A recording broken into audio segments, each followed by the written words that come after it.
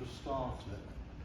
This is a 1986 Harley Davidson 883 Sportster. It's a project bike. We've not had it running, but it does a lot of spluttering. Got 31,000 miles on the clock. So anyway, got it firing on ether. So just do a bit of a video of that.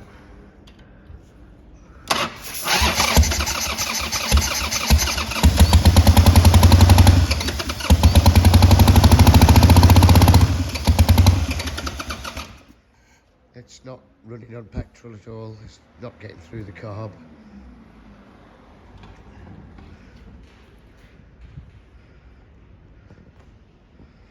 No battery fitted.